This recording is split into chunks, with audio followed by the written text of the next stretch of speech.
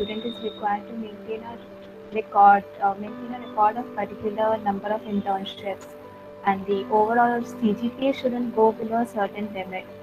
So, according to you, what are the minimum educational records one must maintain? See, every year company will come, they will have a minimum bar for that. So most of the core companies and even consultancy also, either they will have 6.5 or 7. Chances are very less that some of the companies like last year Axis Bank, for production engineering or for other branches, the GPA was 8.5. The cutoff was 8.5.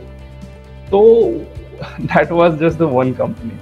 Apart from that, I exactly don't remember any other company whose GP criteria was just 7 only, not above that also. 7.5 is the maximum you can consider. Apart from that, you will not any company that will put GPA so high. But yes, GPA is just a bar that you need to clear so that the company will consider that yes, this guy is going to give our test. First GPA, then comes about your exam, that written test. So you must be aware about that. Yes, internship is very much critical. It will not help you in the initial phase of placement, but definitely it will help you in interview. Why I'm saying this? Because suppose core company is coming and I already did internship in some of the core sectors. So these people will be interested to know what exactly you did because you are a young mind. So these people will definitely ask you everything about your internship and all. Suppose you don't do any kind of internship, you'll just sit ideally. What will happen when you will give interview? They will they will have nothing to ask. Then what they will ask? They will just start scratching your academics ideas, like they will start asking you questions from your papers. Engineering year, 4 years you will give.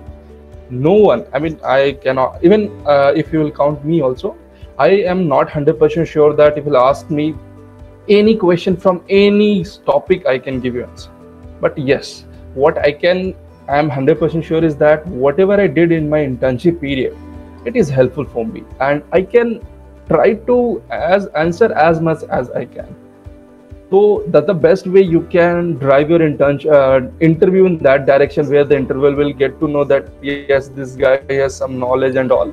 They will get to know. But if you have no any internship and all, he will ask you academics paper only. Okay, tell me Newton's law. I'm just giving an example, or thermodynamics law. He will ask you these things. So it's good to have an internship. Now the question is that what kind of internship? See, at the starting, you cannot decide that yes, I am more into core person or consultancy. When you will work with some kind of company, then you will get to know that yes, I am interested in core or not. So it's my suggestion that right now, earlier it wasn't possible because of offline internship, but right now online internship is going on. So it's my suggestion that you should go for both the things. It's my personal suggestion. If you have time, you can go for online internship for core companies also. If you have time, you can go for online internship for consultancy also. Why I'm saying this? Because you don't know which core company will come in which order. So you need to be prepared for everything, like a war. So if suppose that the first company will come, in your case, is a consultancy. Okay. So if you have not done any kind of consultancy's internship, how will you go through that company? I'm not saying that you need to go in that company also, in that company only. But what I'm saying is that you cannot be 100% sure that yes, I am totally into core, that then I can make it. I have seen people who are totally core person, but still they cannot make it. It's not about your knowledge. It's not about your enthusiasm. Sometimes it's about your luck also. So what I will suggest is that try to expand or try to maximize your sector as much as you can. Just prepare for everything. I was also applying for consultancy. Even I had applied for, as you can see, applied for trading companies also, and I got through that. But the problem is that deep down inside my heart, I wasn't interested in it. I was lucky enough that I finally got into such a company where I was interested. Sorry, where I was interested. So this will not be the case in every person, right? So try to maximize your area. At least it's not like that if your 6.5 is a minimum criteria, you should be having that only. It should be like 8. Suppose why I'm saying this 8. Right now you people are scoring very high. So getting a 8 is not a big deal for you guys, right? I heard that you people are scoring even 10 also. In our time, during our time, it wasn't possible. Online exams is totally different.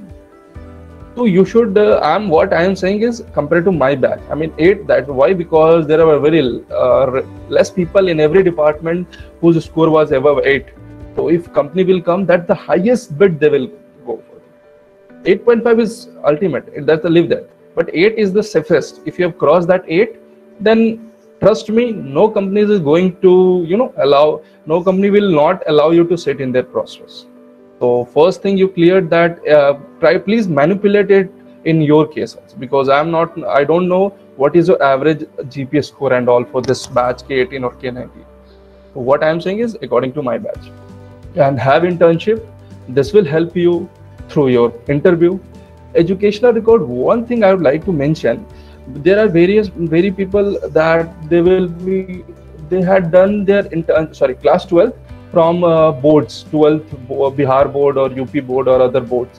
The problem, one of my friend had done this, and he had faced this kind of problem throughout his internship process. Companies will simply put class 12th as 65 or 75%.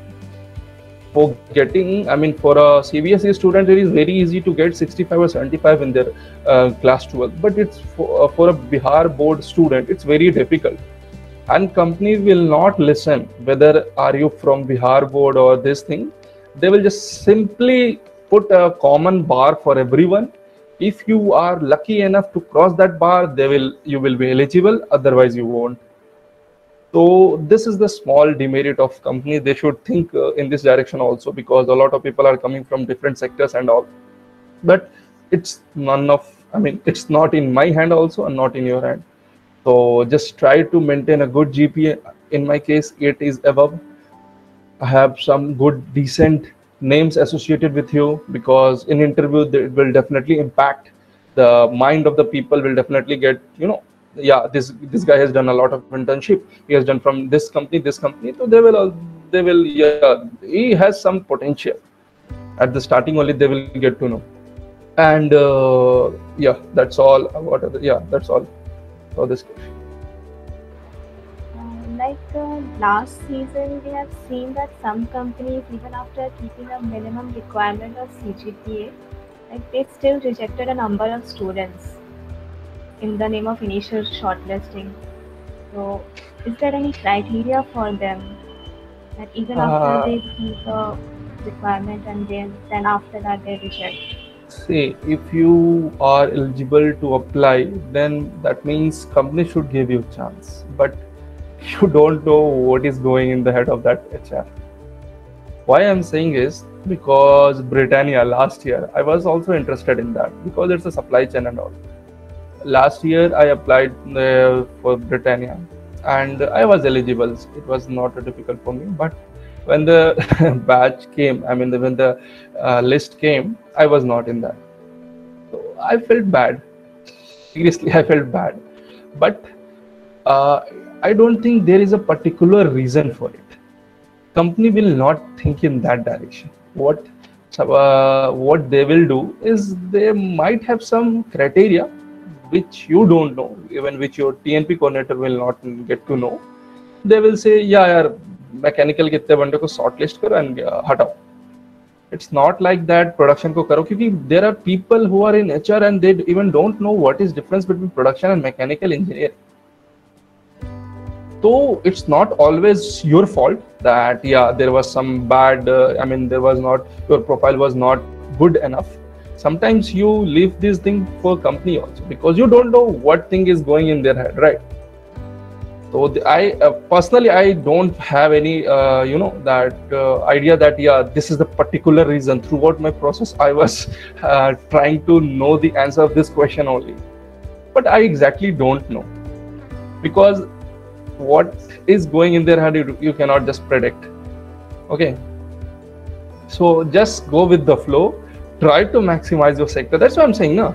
If you will focus only on one company, suppose initially I was more into Maruti or Tata Motors, so if I am focused on only one company, I am very good academically, GPA, internship, everything, but still at the starting only they rejected me. I don't know why, but that's a loss from my side ना, company का कोई loss नहीं है, that's a loss for your side.